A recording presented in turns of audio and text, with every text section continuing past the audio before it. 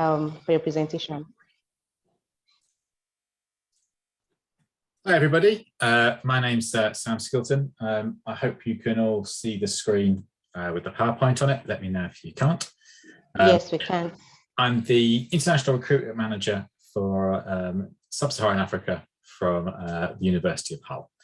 So I look after the recruitment of students and their journey from first inquiries about studying at the university all the way through to their enrolment.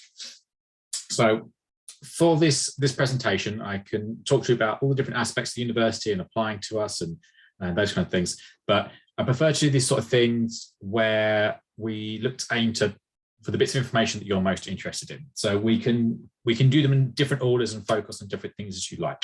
So I don't know if people want to just pop into the chat what you'd most like to hear about first, and we'll do that first from that selection that's on the screen there.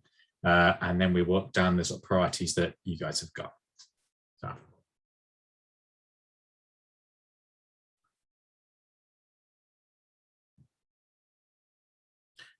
Let's see if anyone wants to first come, first serves on what you'd like to hear about most. Excuse me.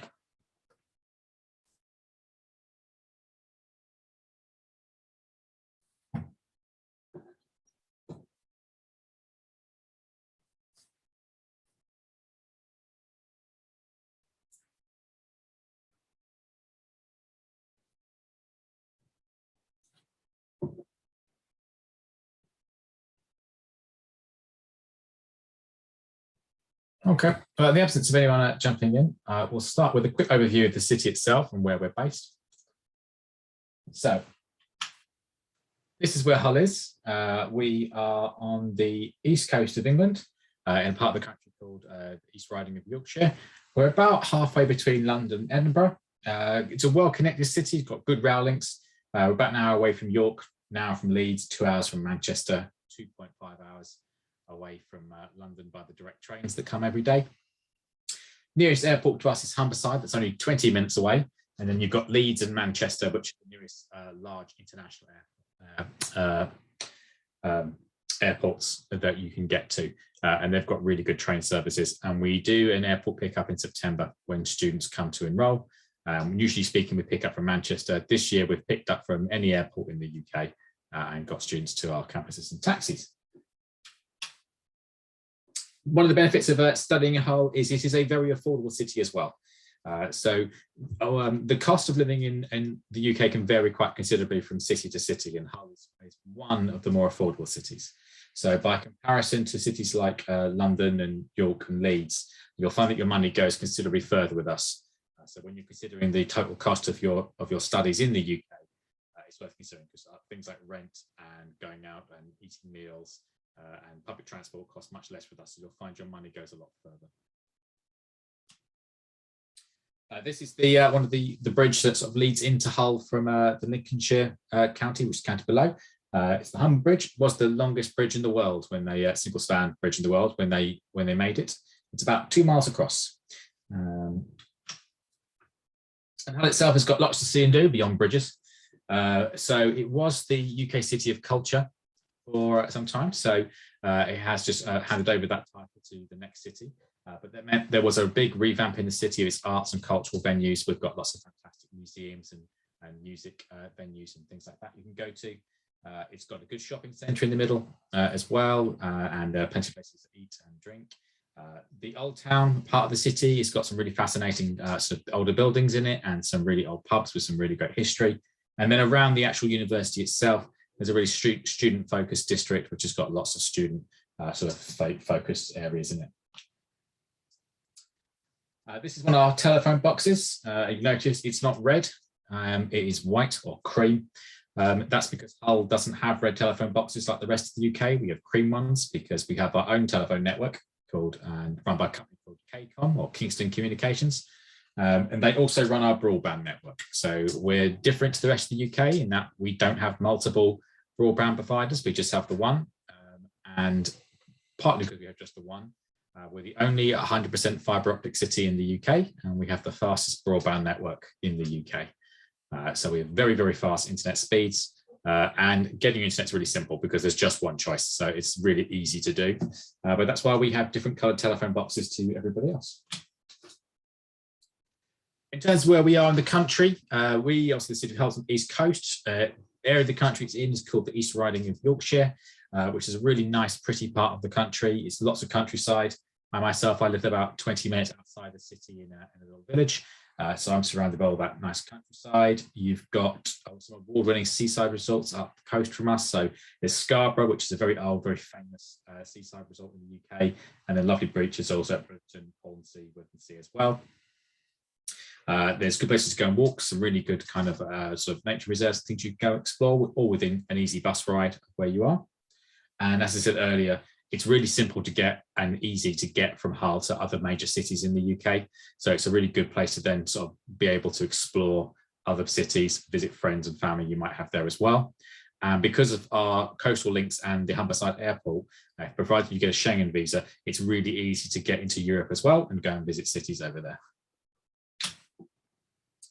This is a building called the Deep. It's an aquarium, and it's actually one of the most popular tourist attractions in the UK. So it's well worth going to have a look at. As a university, we have some research partnerships with the Deep. So some of our students who are involved in that kind of work spend time there. And if you go in, you'll see our research section there as well. So in the picture here, you can see these are some of the streets near to where the university is. So the university is about 20 minutes from the city centre. In a place that's sort of referred to as the avenues, because most of the streets are something avenue. Around us, you'll find lots of places to eat and drink and have fun, as well as shops and things. There are some very good international supermarkets near the campus as well, and lots of housing for students. So lots of our students will live on campus, but then a lot of them will also live off campus, and they live around and they live on these streets. So they will live in the flats above the shops and in houses that are next to them. So plenty of places for students to stay, lots to do, and a really short bus ride if you want to go into the centre of the city and get to things like the train station. We are a coastal city and a significant port. At one time, we were the largest fishing fleet in the world. Nowadays, more of the focus of the city is on containers. So we're one of the UK's major import-export ports. Which is one of the reasons the university has such a fantastic reputation for logistics and supply chain management. We have a really good logistics and supply chain institute and teach some very good courses on it as well, have a real centre of expertise and some very close links in with the port authorities themselves and the various companies that work around it. We sit on one end of a motorway, essentially with our port at one end, and at the other end of the motorway, there is Liverpool with its port at the other end. And it's a major corridor for logistics for the UK. So as you come out of the Hull port area and you drive along that motorway, you'll come across lots of distribution hubs for large companies where they're shipping stuff in, goes to the warehouses and then is shipped across the UK or further overseas.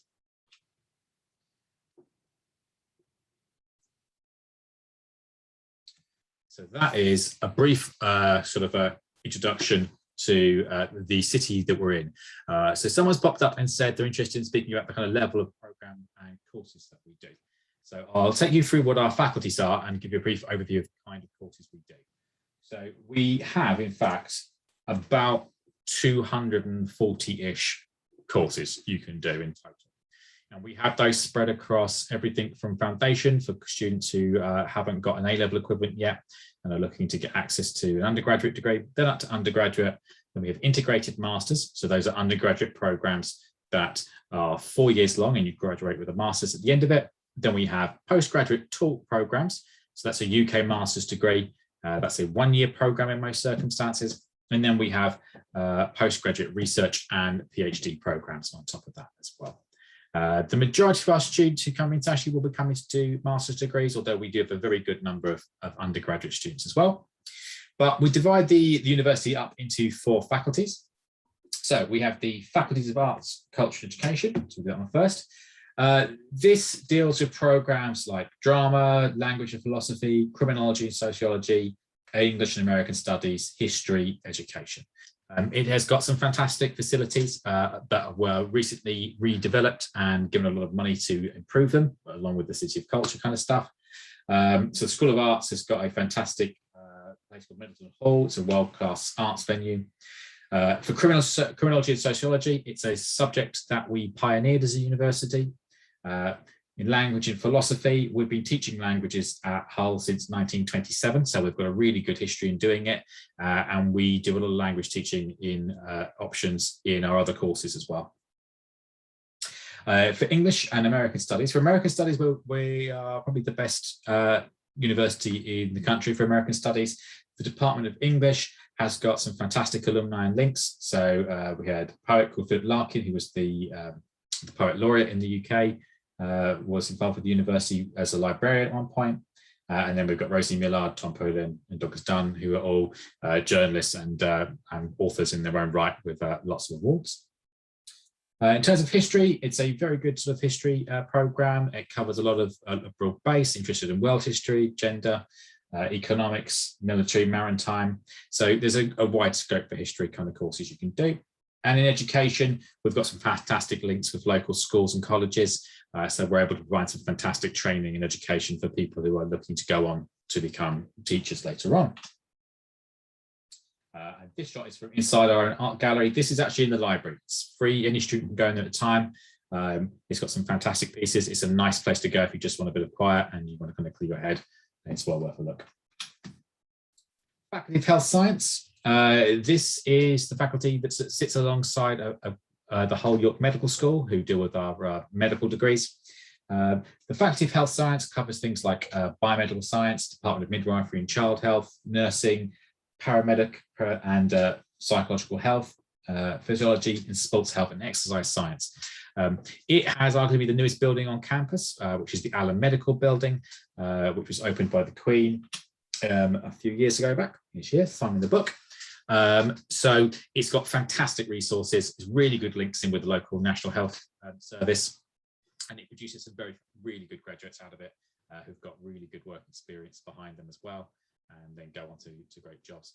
There's quite a broad spectrum of programs available within it, and some of them depending which one you're going. So some of the nursing programs you need to have prior qualifications for, but there are other qualifications there as well, which will take students who are kind of new to the field as well, who are coming straight from their high school HND level, or are coming to us from having done so like a biological or chemistry type undergraduate degree and are looking to specialise more.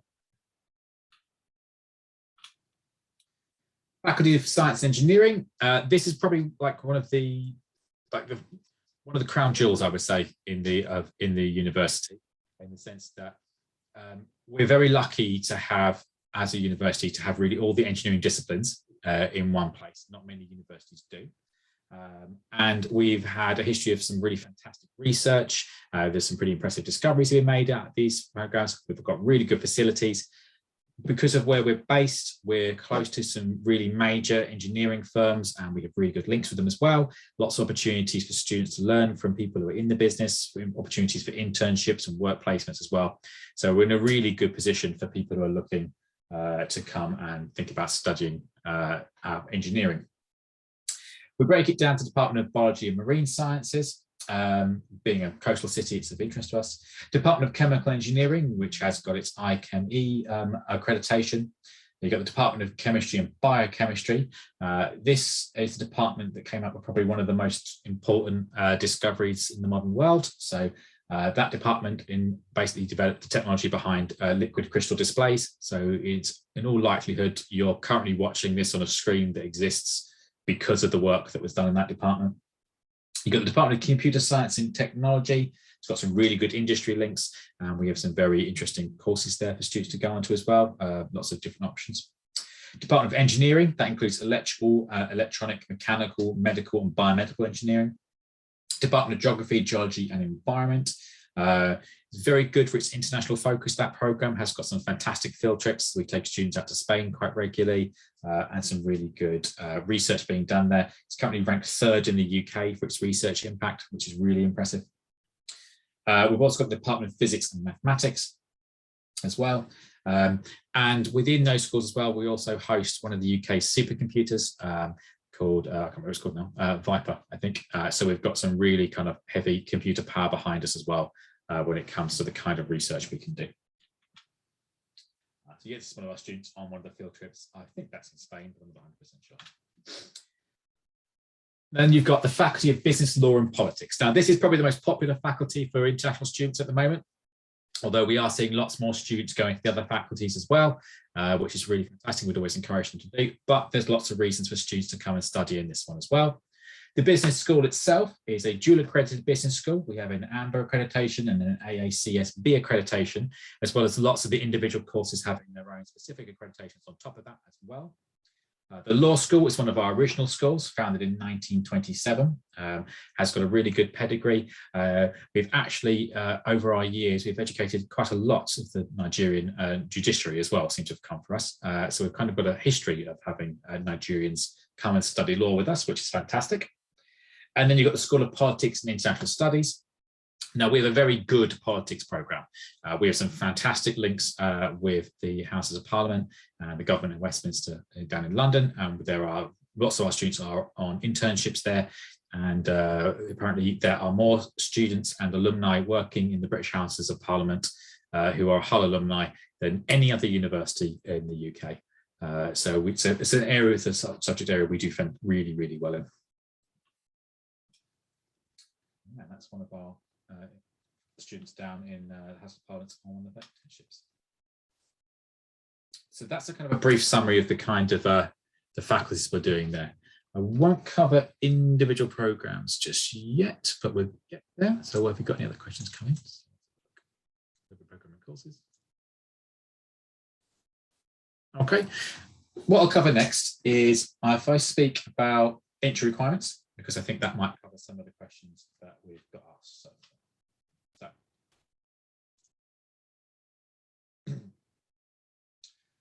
So in terms of entry requirements,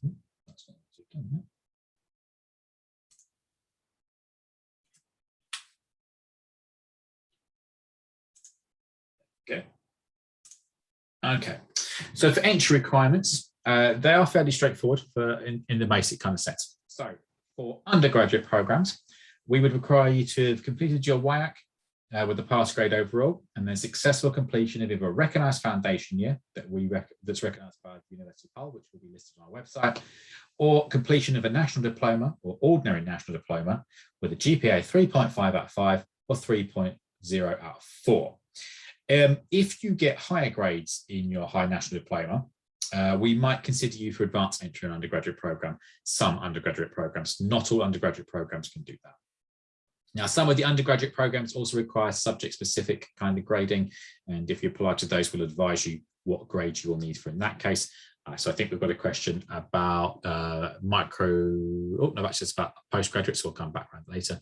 But anyway, for postgraduate, majority of our postgraduate programs require a 2-2 UK degree. For Nigeria, it's very straightforward because your degrees translate directly across. So we'll be looking for the equivalent grade as long as you're from a university that's recognised by the Nigerian government and you've got the equivalent of a 2-2 degree. Most of our courses will take you. There are some courses which are happy to take students from any kind of academic background. So lots of the business courses aren't particularly fussed about what your undergraduate degree was in, just the final grade you got.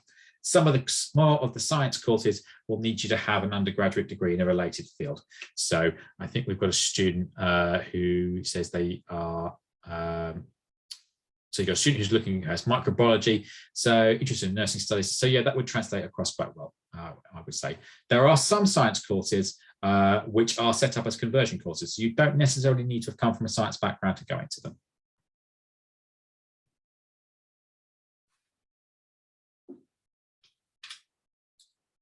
If before coming to university, so you're coming out of high school, but you've not done sort of the WIAC route, you've done an international route, our requirements A-levels range between BBC to AAB, apart from the MBBS, which requires 3 A's.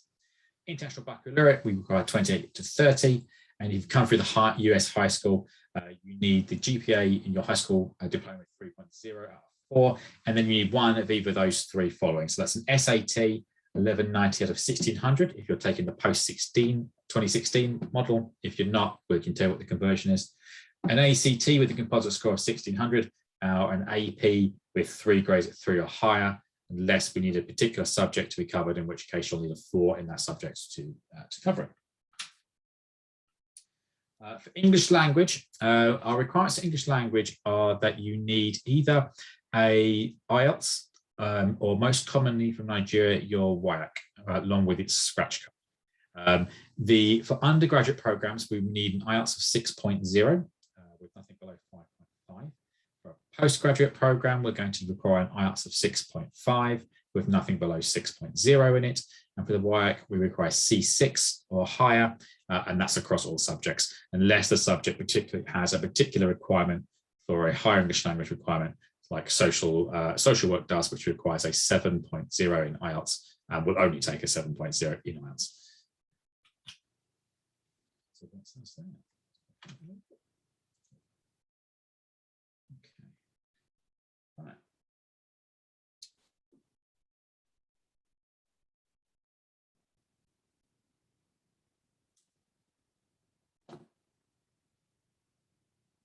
Now, does anybody have any particularly preference on which part we talk about next?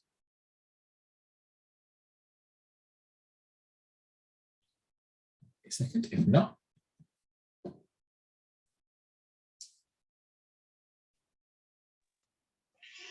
Okay, no. In which case, if I talk about our campus and accommodation, then give you an idea of what that looks like. Okay.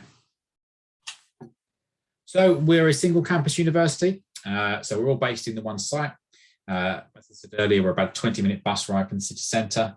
And the campus itself contains pretty much everything you would need as a student. So we obviously have all our lecture theatres and teaching spaces, but we also have a shop, places to go and eat. We have our own nightclub, pub, ice cream parlour, lots of coffee shops, gym as well. So you can have a night out on the campus if you wanted to. The campus, in terms of its size, is about 30 minutes to walk from one side to the other. And over the last few years has had quite a lot of money spent on it, building some new buildings and also updating the existing buildings. So about £300 million has been spent over the last few years. The largest sum of that has gone to our new accommodation complexes. So we have moved all our accommodation onto the campus now. So if you're in our accommodation, you will be on campus. And most of it is brand new accommodation, or at least it was, it's a year or two old. The health campus with the Allen Medical Building opened relatively recently, and then significant amounts of money have been spent on the existing buildings, redeveloping them, upgrading their equipment, including a £28 million refurbishment of the Brian Ward Jones Library, which is the university's main library and is really the central hub of the university. At the moment, we're also have what we refer to as our plastic pledge. So we're doing a lot of work as a university to make ourselves a greener, more environmentally friendly university. So one of the things we have done is removed as much single-use plastic from the campus as you can. So as you go around, you'll find things like, you won't find things like throwaway plastic cutlery. No, there are very few plastic bottles on campus and that kind of thing. So. And we aim to be carbon neutral by 2027. We are, by all accounts, currently ahead of our targets to get to that. So we are looking at better and cleaner ways to generate our own energy and source it, and just how we operate as a university in general. So this is the entire campus. If you look over to the left of this photo, there's a building site down there. That's actually now completed. That's where one of the accommodation blocks is. This photo is a few years old now. The square building in the middle is the library. To give you some sense of scale, that library is 7 floors high from the bottom of that block. Is how far you go up. It'll take you about 30 minutes to walk from one side to the other. And to give you an idea of what happens in all the different areas. So you've got accommodation here on the left in Westfield Court, up on the top right in the courtyard, and in Taylor Court here. So that's our accommodation, and we will guarantee accommodation on campus if you want it. Lots of our students will live off campus though, and they tend to live on these roads around us. So if you come off campus and you go onto this road here, Cranbrook Avenue, almost every one of these houses on this street has students living there. So as I said, the Brian Ward Jones Library is really the sort of the central heart of the university. Obviously, it's where all our books are kept. So every single book that you need to complete your course is available in this library. So One of the things we say is once you've paid your tuition fees, you shouldn't have to buy any books unless you want to. If there is a required reading on the course, it is in this library and it is free for you to access it. The library is open 24 hours a day, 7 days a week during term time. Its staff are there to help you with any kind of queries you have about how to use it. And then we also have specialist teams that are based here who are skills teams, and they can help you with everything from presentation skills, ICT skills, English language skills. The careers team is based out of here as well. So there's lots and lots of resources available. It's not just books in it as well. There are study spaces you can use. You can book out rooms to study in. There are desks, laptops you can borrow, charging points. It's got a cafe, art gallery, viewing gallery at the top. It's a fantastic space that's available to all students all the time. Really good place to go and study, full of fantastic resources. And it's one of the sort of most significant libraries in the UK. It's a central kind of hub library. So this is some of our accommodation. So as I said, so I need to update that date. We guarantee accommodation for all international students who join us, provided you have applied for it by a date that we will set a little bit later in the year. Usually it's by about October or September in the year that you're coming. There is a range of different accommodations available. What they do have in common is that you always get your own room. So it's a private room, usually arranged into a flat of between about 6, I think 12 is the largest room flat we have. And then you will share a kitchen and living space with the other people within that flat. We house students by their kind of level of study. So undergraduate students together, postgraduate taught together, and the PhDs for postgraduate taught as well. We can't provide accommodation for families or couples. It's one student per room. It's just not something we're able to do, but there is plenty of accommodation in the city that is available for people who are looking to bring dependents with them. So if you're thinking about studying and bringing a child with you, or your partner's going to be joining you, that can be done quite easily within the city.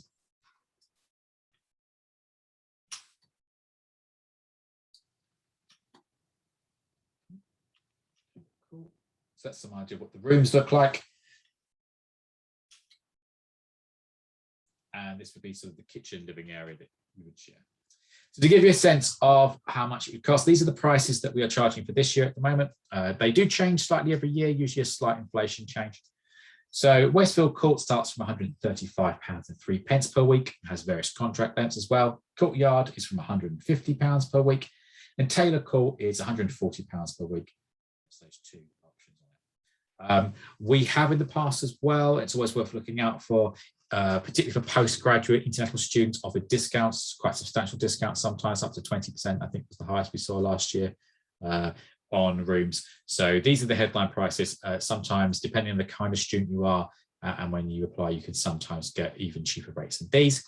And these rents include all your bills as well. So you pay the one amount and it covers your rent, your insurance, internet, gas, electricity, heating, everything you need. So it means when you're budgeting for your time with us, it's much more straightforward, because you can look at this and you say, well, I'm going to be here for 43 or 51 weeks.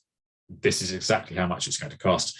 And then once you've got that out of the way, the only thing you have to concern yourself with is buying food and the stuff you do around university alongside it.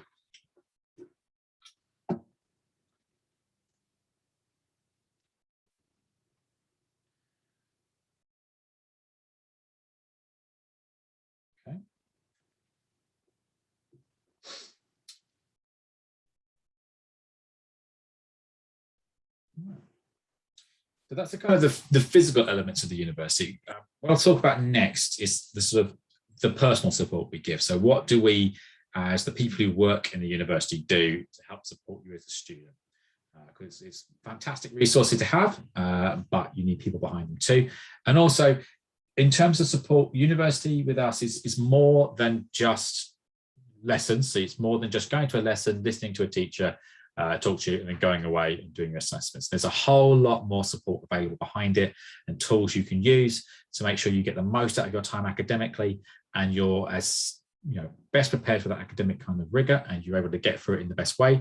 And also that when you graduate, you're ready to then go into the workforce with the best opportunities to go and get the job you want and succeed in your career. So we really strongly advise you to make the most of all these opportunities that we have. So one of the key ones is academic support. So all students who come to us are assigned what we call an academic support tutor. So an academic support tutor is one of the academics who's in your faculty that you're doing your studies in. So they're an expert in the field that you're doing your degree or postgraduate degree in. And they're assigned to you personally, and they will have a one-to-one relationship with you for the duration of your studies. So they're there to help and advise and supervise your academic process. They give you advice and feedback and guidance as you need it. They monitor your academic performance, and you can have regular meetings with them on a one-to-one basis as you need it. So some students will do that face-to-face, or they'll do it via Teams or Zoom or email or phone.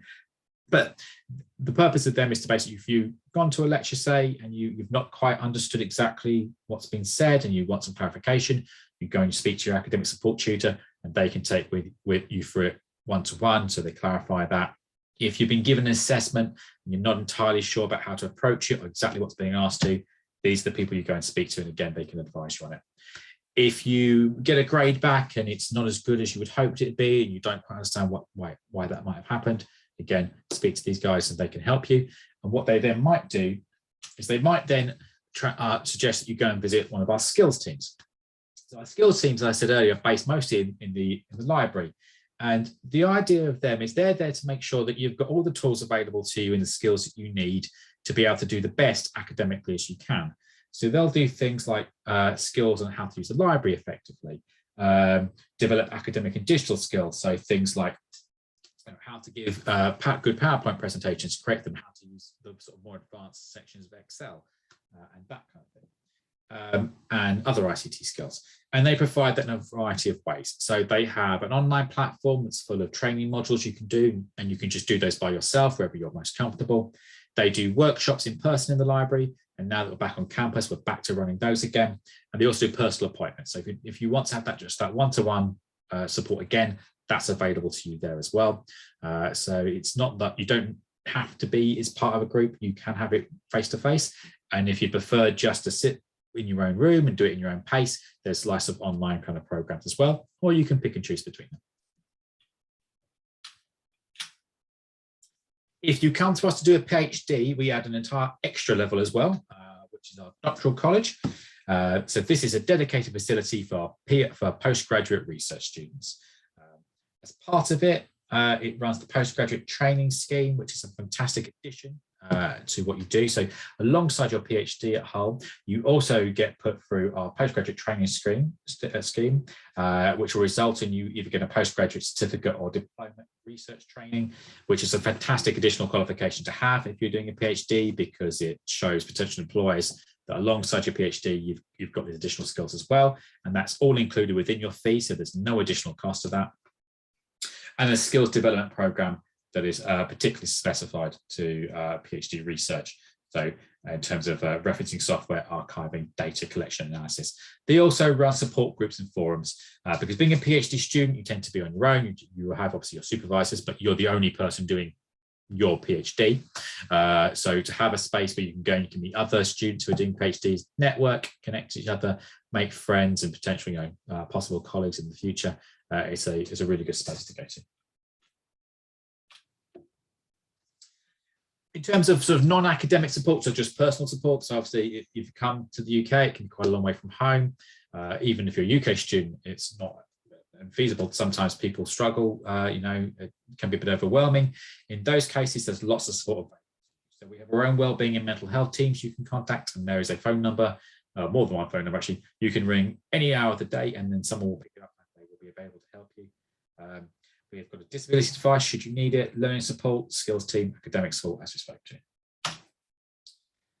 One important one as well for international students is our visa and immigration support team. That's important to know if you do apply to us. This is the only team who can give you personalised advice on your visa. So myself and the other staff, we can give you generic advice about applying for visas in the UK. But if you want to have advice about your particular circumstances, it is this team and only this team who can speak to you. Once you are with us as well, their role is partially to make sure you stay within the limits of your student visa. And if you've got any questions about what you can and cannot do on it, this is the team to speak to. They can also help and advise you if you're considering staying in the UK beyond your studies and taking advantage of the fact that as a international student, you can now apply to stay in the UK for 2 years after your studies on the graduate visa. This is the team to speak to who can advise you about how to go through that process. It's a relatively straightforward process to do, but this is the team if you've got any questions about exactly how it works, when you should make your application and what's required, you can go and speak to and they can advise you on that. And then I would say probably the most important skills team in the entire university, our Student Futures team. So this is, for one of the word, the careers team. So they focus on making sure you're in the best position to go and get a job once you finish. So we know that for most students, the reason that you're coming to study is because you're looking to go into a fantastic career afterwards. That's one that you are inspired to be in, and also is hopefully fairly lucrative. And these team are here to help and advise you in whatever kind of field you want to go into. So they have specialisms, specialized teams across the university as well. They do a whole wide variety of events, but to summarize quickly, they run a website and events to advertise vacancies and opportunities, both jobs and internships. They have employer profiles up, they provide advice and guidance.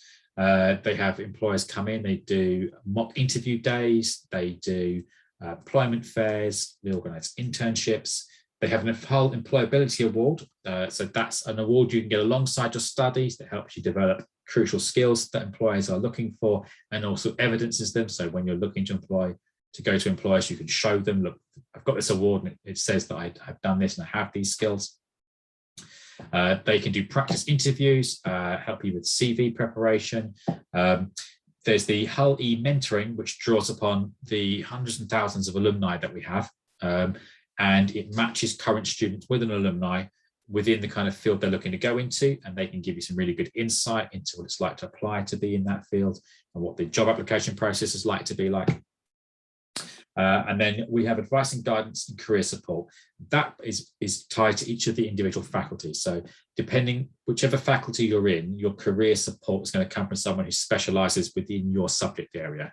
So if you're within engineering, your career support advisor is going to be someone who specialises in engineering. So they're really going to know that subject well and what it's like to apply for an engineering job in the UK and how that process works, as opposed to just having a centralised careers team, which can sort of just broad, generic kind of like, how do you do it? Kind of thing. But they do fantastic work. It's one of the reasons that we have about over 97% of our international students are in work within 6 months of their graduation, or they've gone on to do further studies or like a PhD. Excuse me.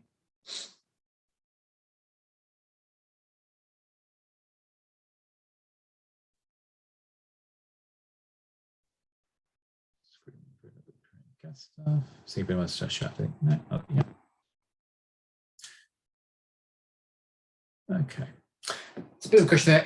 It's about scholarships. I won't ask the question directly on the scholarships, but I will take you through tuition fees, scholarships, and costs and so on.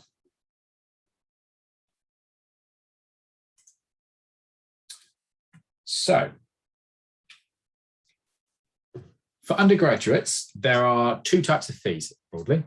There are fees for arts courses or classroom-based courses. So these are courses that are primarily in the business school, law and politics, and social work and social policy, and non-lab based subjects such as geography and mathematics. They are £15,400 per year, and an undergraduate programme is most commonly 3 years in length. So it's 3 times 15,400. If you're looking at a lab-based science programme, they are £18,300 per year, and again, most commonly will be 3 years long. There are some exceptions. The MBS is a higher fee, and there are a handful of exceptions through it as well. But broadly speaking, those are the fees. You'll also find that lots of our undergraduate programs also offer options of either spending a part of the year or a full additional year, either with one of our partners in a university outside the UK, so that's often the US or Europe or parts of Asia. If you do that and you take the full year, for that year, you pay 15% of a normal tuition fee for that year. If you take a full year sandwich placement, which is where you're going to spend a year in a work experience placement. So you go out, you suspend your studies for 1 year, and you go and spend a year within a work environment. You pay 20% of your full fee. And if you're doing less than the full year, it's still the full fee, but it just runs alongside it. So that's for undergraduate. Now, for postgraduate, we have quite a different setup. In postgraduate, we don't differentiate for fees purposes between international students and UK students. So there's a singular fee across the university. So that results in these fees. Again, there's still the differential between classroom-based and lab-based programs. So a classroom-based program, if you are going to the business school, will start from about 9,750, although there are some which are less. So, and if you are going into a lab-based program like engineering or chemistry, your fees will be £11,000. There are a few exceptions. So one notable one is the MSc Business Management with internship. That is £11,745 per year. What that is that program is 16 months long as opposed to the sort of standard 12 months long, because it has the internship attached to it. And all we've done there is we've just pro-rated the cost up for the 16 months from 12. So that's how we work our fees for postgraduate. It's nice, straightforward and simple. It means that anyone who's looking at it, regardless in the world they come from, pays the same. And it does make us a good option for students. The hope, what we wanted is we wanted the students who are of a good quality and have the academic prowess to get on the course and come to us should be able to do so. And as much as possible, the only thing should matter really is their academic ability. And we figured this was a good way in which to do that and to make that process as fair as possible to everybody. So this way, everybody across the world gets the same opportunity effectively. It's the same entry requirements wherever you are. It's the same fee wherever you are.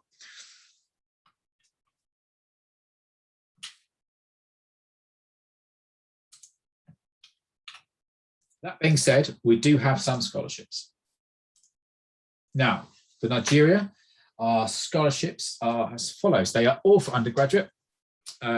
So we have a University of Hull Women in STEM undergraduate scholarship. Now, this is a fantastic scholarship. It is 50% of the full tuition fee for 3 years of an undergraduate course.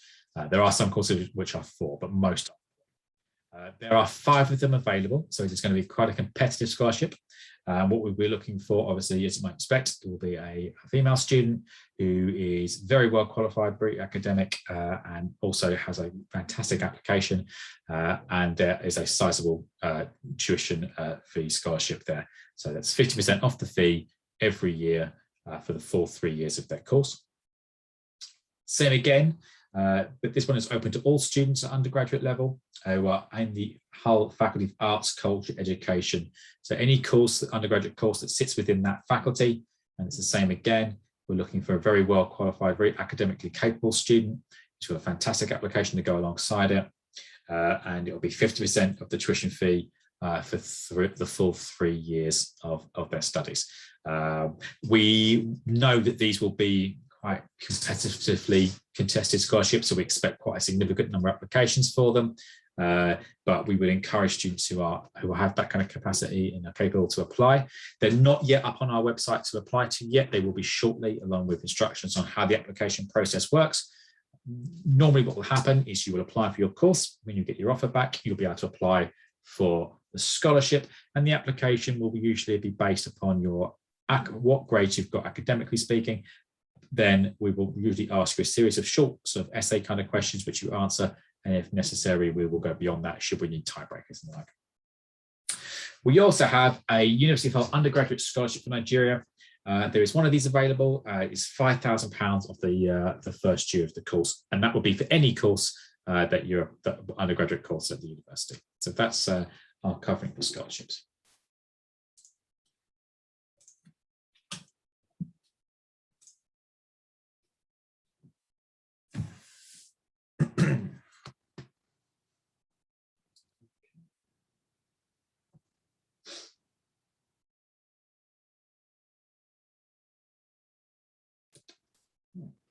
So that's the cover, So we've covered entry requirements and how much it costs and what we study. I'll take you through how the application process works. So when you're looking to apply, what you can expect and how that will work with us. Excuse me. So for undergraduate courses, we take applications in two ways. We can take applications through the UCAS system. So if you're not aware, UCAS is the UK's University College and Admissions System. It is a system through which you can apply to any degree awarding body in the UK. You get up to 5 choices of courses and or universities in it. And it's one application to whatever you're applying to. So you put your details in, personal statement, select the courses you want to apply to, and it manages that application process for you. It isn't free. There is a small cost to it. It's not significant. I believe it's around about £50 for the 5 choices. It initially can look a bit overwhelming. It is a good system. It is well organized once you get a sense of how it works, and it's particularly good at kind of updating you and letting you know how it works. It is designed around the UK system, so it is sort of lent towards A-levels as its default setting. It can deal with non-A-level and non-UK qualifications. But if you're unsure about using it or you'd like a bit more support, another good option is you can apply through one of our agents, like Newbie. They are able to give us applications directly, so they don't necessarily have to use UCAS. But if you have used UCAS, you'd like to, you can still apply via the agent as well, and they can also provide support whilst you do it. Once the application comes in, regardless of which method it comes to us, it will go to our admissions team. Within that, there's a dedicated undergraduate admissions team who will look after that. Depending on the type of course you've applied to, depends how it is processed. So these are the team that will check your application and make your offers, and then check your qualifications and so forth. If you're looking to contact them, you can do that either by admissions@hull.ac.uk, or we have a platform called My Hull Portal, which is how students manage things like their applications and their visa applications with us. If you are applying through UCAS, you manage your application via UCAS because that's how we take the information. In the event that you're applying to a course that requires an interview or some kind of additional testing, your application, once it's passed admissions basic tests, will pass the faculty. They will arrange interviews and assessments with you. And then once they have concluded those and made their decision, they will then pass that back to admissions, who will finish the process. If you're applying for a postgraduate program, we accept applications directly via our website. And again, you can have an agent support you through that process if you want. The process of applying for postgraduate is very straightforward. Go to the website, find the course that you're interested in. At the top right hand of that course, there's a button. It will say apply now or something similar to that effect. And you click on that, and it will take you through the process of setting up an account, which is quite straightforward: email address, name, address, so on and so forth. And then gives you the options to upload all the necessary documents you need and give us all the information that we'll need to make a decision about whether you're in a position to come and study with us. You can do that yourselves, and again, you can have agent support for you if you want to. That is then managed by a specialist postgraduate admissions team. That team is getting additional support this year, so we're having an additional 4 members of staff coming into that team, and they should be with us hopefully by Christmas. And some of those will be dedicated just to supporting international students as well. So we should be able to process more applications and do them faster than we have this year. We do receive a very high number of applications each year, so it does take us a little time to get responses back to students. So we just ask, once it's with us, just be patient. It is always going to be being worked on. They just need to look at give each application the care and consideration, and time it deserves. And the volume we get means that we have to take some time to come through them. In terms of managing applications, you do it through the My Hull portal. So you just log in, it'll tell you what's happening with your application, what documents we still require, it'll let you upload them. And as you get later through the cycle and you're getting into the visa sort of parts, you're getting what's called your CAS and applying for your visa, this is where you'll go to when we ask you to check have we got everything right and get your visa and your CAS number for us.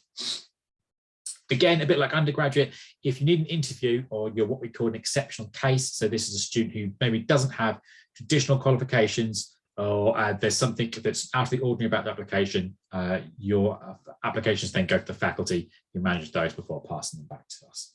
Sorry, not to us, I don't work in admissions, to admissions. PhD, the initial application process is very similar to the postgraduate talk process. The difference is we would expect you to have contacted a supervisor to discuss your initial research proposal first.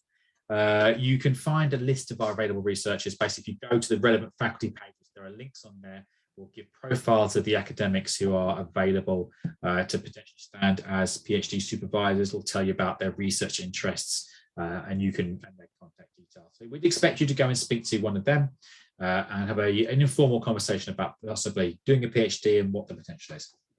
You submit your application then like you would do a postgraduate talk application. It goes to admissions. They conduct the initial screening and then pass it to the faculty. And then the faculty will go through it in more detail and look at your research proposal and then either reject, accept, or contact you as a student to discuss further and to go into more detail, maybe change some things in the proposal. Once the faculty has reached its final decision, it returns that to the admissions team, who will then communicate that back to yourself as a student, and then also take the student through the process of applying for your CAS to then go into your visa. The research proposal is an essential element of the PhD application. We will not process PhD applications that do not have a research proposal with them. So the research proposal needs to include an introduction, so identifying what stage you choose the subject, literature review, a methodology, and a discussion and conclusion with them as a minimum. We would suggest you speak to a supervisor first to get some kind of insight into exactly what they would expect to see within their particular field of study as well.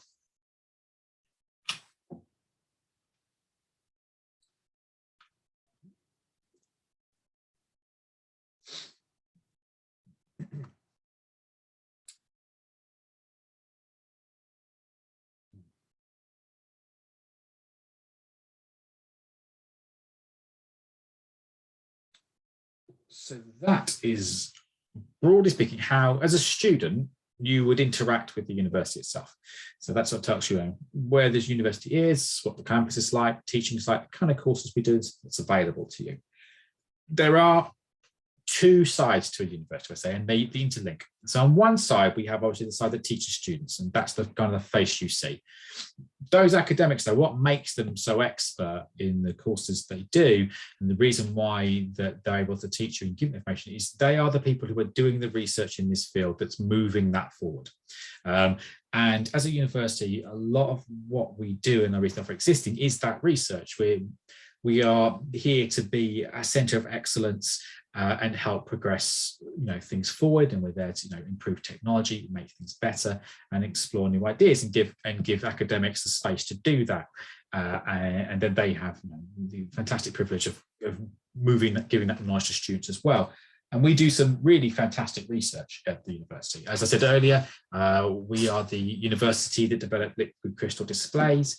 We do fantastically well in our geography research. We're ranked third in the country for that.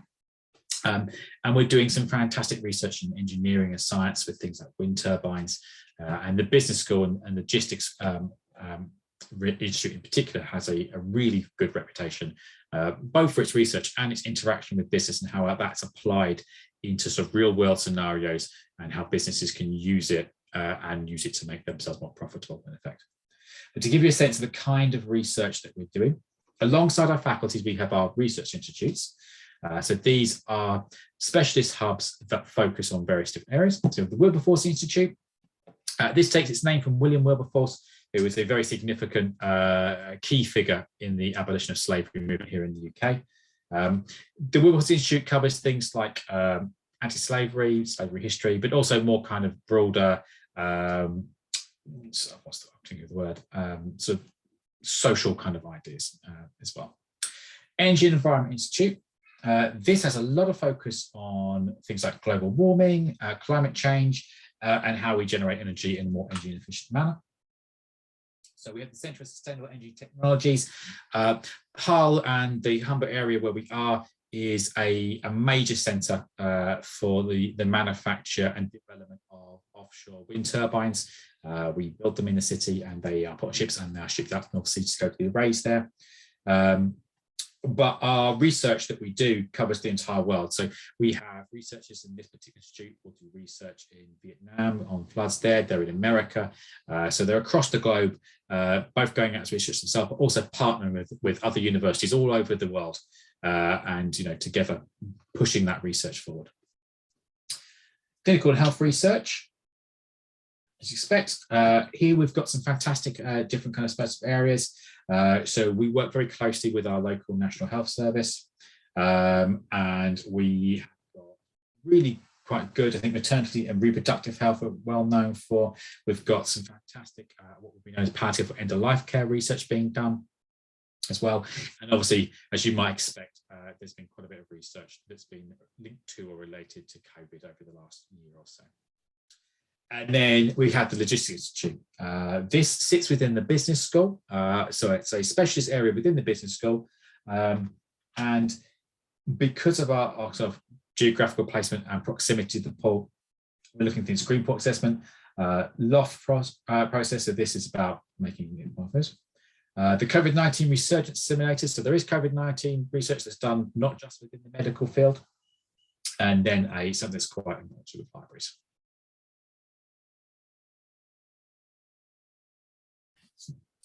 And then finally, the Cultural Place and Policy Institute. So this is our arts and culture research. This was linked quite closely to the City of Culture area, but has beyond that as well. So my mistake.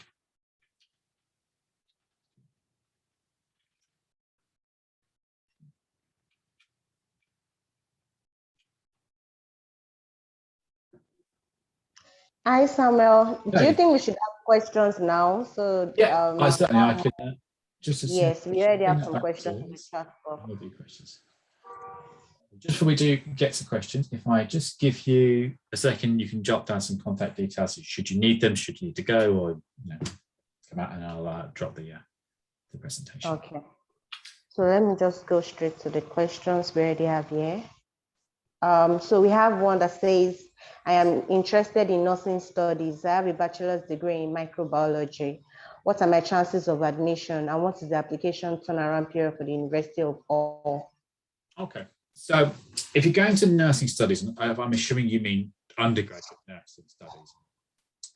If you've got a BSc, academically speaking, particularly in something like microbiology, that in that sense, I would suspect would probably qualify you academically for it. For nursing, though, there are more stages to that application process. So nursing has its academic requirements. It also has an interview and assessment requirement alongside some other things you have to go through. But from an academic standpoint, having a degree would mean that you are at a already high academic level than you would be for the A levels it normally requires. Things I would say about nursing is it is a very popular course. It is a course that will fill. So by all likelihood, all the places that are available in nursing will have been filled by January for people who are applying for September 2022. So if you are considering applying for it, I would apply sooner rather than later. And there will be an interview / assessment as part of that process. Because of that, the application process does take longer. So if you were to put an application in, we would expect for an undergraduate program, the initial application itself, I'd expect to be processed within maybe 2 weeks. So that will be the check of your basic academic requirements, English requirements, and that we need there. That would then be past the faculty, who would then probably be looking to do the interviews and assessments after January, when they've narrowed down the list of students in it. And you do your interviews in the months after that. So it's a longer process for nursing. So in total, to get through the entire process of nursing, you're probably looking at a few months. But it's, I would say, if you are considering it, you would need to apply rather soon, because if you apply sort of after Christmas, the chances are we will not have spaces available on the course to consider you for. Okay, I have a private question that says, do you have January starts? We do not, with the exception of PhD. So PhD students, we can be quite flexible on start dates. We do a January and a September for PhD. For everybody else, so for all undergraduate, postgraduate, foundation courses, we only do a September start. Okay. The other question. Would I be considered for postgraduate admission if I've left the university for bachelor's degree as old as 12 years, 2008, but has a vast years of work experience in the same field?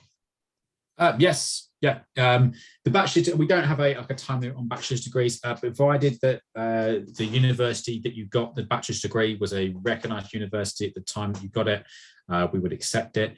I don't think there's any I don't think the grading system's still the same. So in that sense, it's exactly the same as if you'd graduated this year. What we might consider, if your grade was a little bit lower than maybe we'd normally ask for, we might look at your work experience and say that that will make up for that lower grade. But no, absolutely fine. More than happy to have you. We have lots of students who are more mature than that. Many of our students, particularly at postgrad, aren't necessarily coming to us direct from the undergraduate degree. Many have spent time in work or having families before then coming to us to do their master's degree. So you would be in good company, and it's something we're very used to doing. Okay. So another question says, what's your scholarship options for MSc in petroleum and gas engineering? I think you've talked about the scholarship. We did cover scholarships. We don't. The short answer to that postgraduate is we do not have scholarships for postgraduate talk programs. Because of the quite different way that we've approached fees to the normal way that it's done for international students, we don't have a postgraduate scholarship. What we have decided to do is that instead of having going the scholarship route, is we've just gone for that singular fee across the world. We are still very competitively priced by comparison to our competitors, and we think that is it gives the most opportunity to the most number of qualified students, is how we feel how that works. So no, there isn't a scholarship for it, but I would still say when you're looking at where you might study, I would consider us, even without a scholarship, we are still quite competitively placed against others. Yes, I agree. Okay. So the same person asks another question. Can I get a direct entry to study geology with a BSc in petroleum and gas engineering? I wouldn't want to say it's not a field I'm particularly familiar with. I wouldn't want to say 100% off the top of my head. My instinct, I would say probably. Admissions would need to have a look exactly what you'd covered. I would say most likely you could. They sound relatively related. They'll be looking for either a related subject. There's probably enough there that's close enough to do it. What we would do after that is we would ask you, it would send it if needs be to the academic in charge, who would look through the kind of modules you've done, and they would say whether or not they were comfortable having you on their course. Okay, so we have another question that says, I'm interested in studying PhD in nursing. I have a diploma and bachelor of nursing respectively. I'm currently studying MSc in nursing and hope to complete the next year, June 2022. Okay. So I think the person is just making a career in nursing in PhD. So yes, so what I would suggest you do in that circumstance is, if you go to our website and you go to the Faculty of Health Science, and then the nursing section within that. Within that, you can find lists of our academic staff who are within that particular school. And alongside it, you will find, when you click in, you'll see profiles of them, what their particular research interests are, some of their previous publications, and that sort of thing. Have a look through that list and see if you can spot any that have similar interests to you that might make good supervisors. And then they have contact details then. Feel free to send them an email and just let them know that you're interested in doing a PhD, and briefly speaking, this is kind of what it will be about. They should then contact you, and you can have a discussion about, how that might work and is it viable. And once you've done that and you're kind of ready to make an application, you then make your formal application. But that's the first route to take. The only caveat I would say regarding any kind of PhD at the moment within that particular faculty is a lot of the academics, obviously with COVID, have been quite busy dealing with that, and some have gone back into the health service to help. So we don't have quite the availability that we would normally have in terms of supervisors within that faculty, but you're still welcome to connect with them, and things are getting a bit more back to normal. So that's the first step to take. Go to the website, check through the list of staff there. If you do that and you're still stuck, or you do it and you don't get a response, if you see the contact details that are on the screen at the moment, send me an email or WhatsApp me or Telegram me, and I will be able to sort of look into it further and see if we can get you into contact with somebody. But generally speaking, academics in the subject they are because they love it, and they're always usually quite pleased to speak to people about it. So if you approach them in a polite fashion and are clear about what it is you're looking for, they're usually more than happy to speak to you about their field of study and what they can do. In some circumstances, we might have to say that it's a good idea, but we just don't have the facilities or the support available to help you at the moment, or it's just not a field of expertise. But that's why you had the conversation first, so that you can know before embarking upon the research proposal and the entire process, what the likelihood of us being able to support will be. Okay, Julius, you can get in touch with me or any member of the team on the numbers I've posted, and I can talk to you about the PhD program application and all the things you need to know. I see that you said you can't really hear us, but don't worry, we can talk about that privately. Ayodele Steven says, what is the requirement to apply for the university as an undergraduate studying computer science and technology or computer programming? I think you've talked about that as well, but you can just say a little thing about it. So what was the general entry requirements, or was it for a particular computer science or computer programming? Okay, so if you are looking for computer science at postgraduate, if for computer science programs, so the MSc Computer Science, you would need a undergraduate degree in computer science or a closely related subject, plus you need to have done a minimum number of credits within it in C++ coding, and there's another one which I can't quite remember off the top of my head, or have significant experience within it that you can demonstrate. We do a program called AI and data science, which is a related subject, and that doesn't necessarily require you to have a computer science background. It does require you to have a degree of maths because there is some programming involved in it felt to be useful, but that's another route into a similar field. If you're looking at applying at an undergraduate level, we would be looking at you having just A-level equivalents. I don't think they require you necessarily to have had a computer science background for undergraduate level.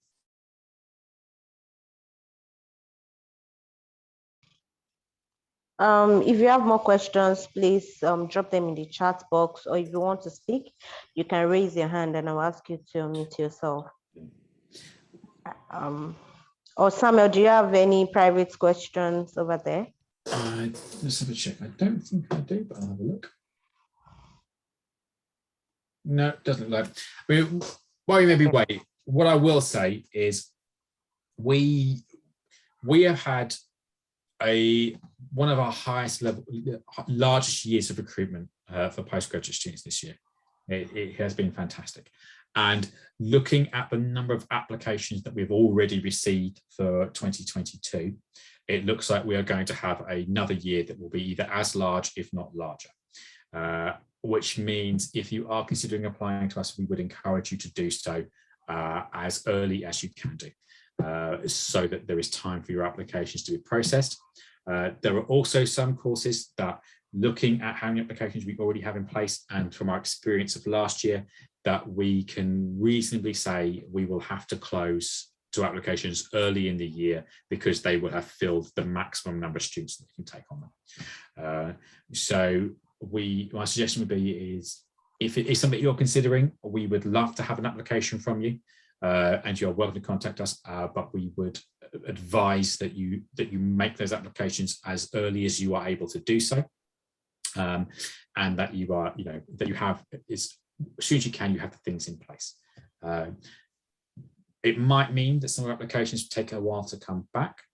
We do have the teams working on it as fast as we can, and the reason they take the time they do is because we take the time to make sure that the applications are looked at properly and considered properly. But we are taking additional staff to make that faster, so we have more people to do it. But yeah, it's been a very good year in terms of students on. What's also really nice as well is we have now reopened the campus entirely. So we are now back to teaching face-to-face. We're one of the first universities to have an open day on campus. So all our students who are able to are on the campus at the moment, and they're attending lessons in person, and it's, you know, like it should be back to normal. And there are lots and lots of international students here, which is fantastic.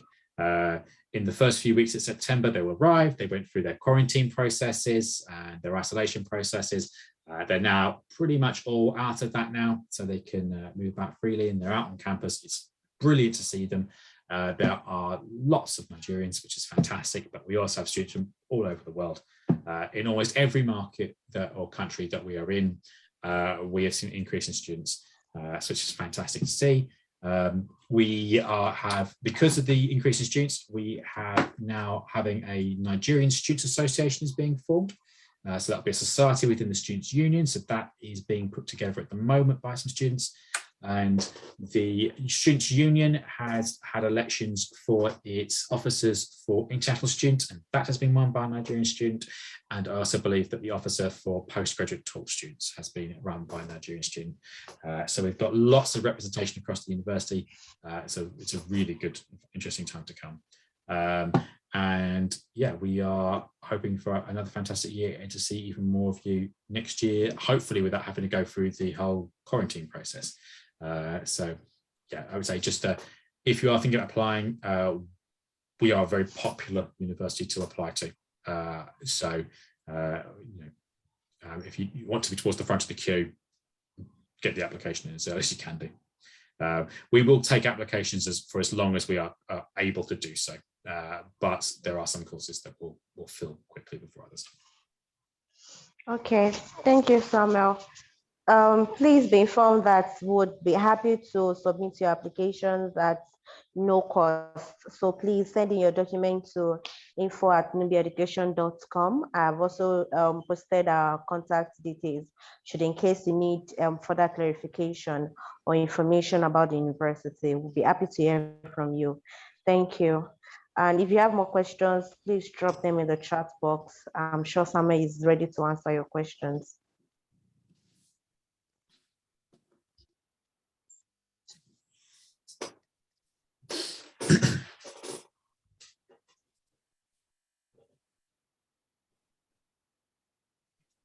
And like I said, if you want to speak, just raise your hand and I will ask you to unmute yourself.